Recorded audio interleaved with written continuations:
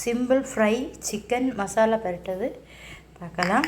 நம்ம இப்போ அரை டேபிள் ஸ்பூன் வந்து இஞ்சி பூண்டு பேஸ்ட்டு போட்டாச்சு. 1/4 டீஸ்பூன் வந்து மஞ்சள்தூள் போட்டாச்சு. 1 டேபிள் ஸ்பூன் வந்து மிளகா பொடி போட்டாச்சு. 1 டேபிள் ஸ்பூன் வந்து சிக்கன் மசாலா போட்டாச்சு. மிக்ஸி ஜார் எடுத்துகிட்டு 1 டேபிள் ஸ்பூன் வந்து பச்சரிசி எடுத்து கொரகரப்பாக அரைச்சி எடுத்துடலாம். இப்போ பவுட்ரு பண்ண இந்த பச்சரிசி மாவை இதில் தட்டிடலாம். நல்ல கிறிஸ்பியாக இருக்கும் பாருங்கள். அது கூட அரை டேபிள் ஸ்பூன் வந்து சால்ட்டு சேர்த்துக்கிடுங்க.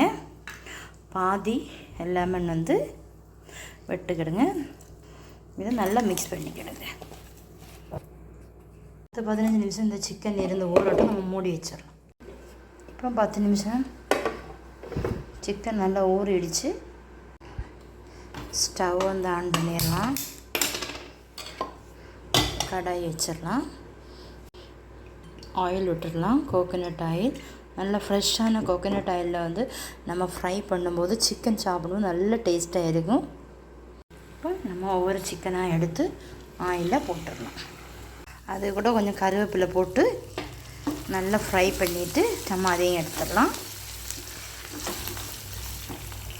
அதே ஆயிலில் 2 சின்ன வெங்காயம், பச்சை மிளகு, இஞ்சி இதை போட்டு நல்லா இடித்து கல்லில் போட்டு இடித்து எடுத்துருக்கேன். நல்லா வதக்கி விட்டுக்கிடுங்க.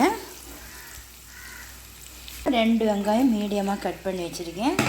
அதையும் போட்டு நல்லா வதக்கி விட்டுக்கிடுங்க. 2 வெங்காயம் மீடியமாக கட் பண்ணி வச்சுருக்கேன்.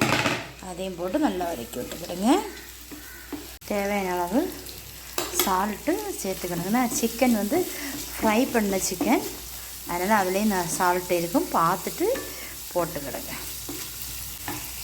வெங்காயம் நிறைய நேரம் வதங்குறதுக்கெல்லாம் விட வேண்டாம், ஒரு மீடியமாக வதங்கினா போதும்.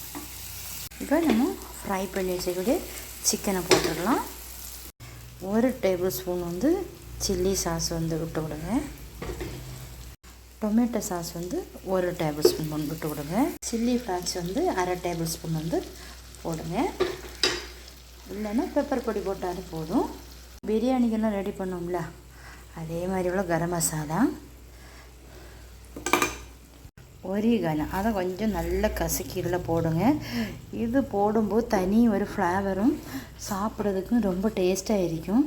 நீங்கள் ஒரு தடவை சாப்பிட்டுன்னு வச்சுக்கிடுங்க, திரும்ப திரும்ப திரும்ப திரும்ப சாப்பிடுவீங்க, அவ்வளோ டேஸ்ட்டாக இருக்கும்.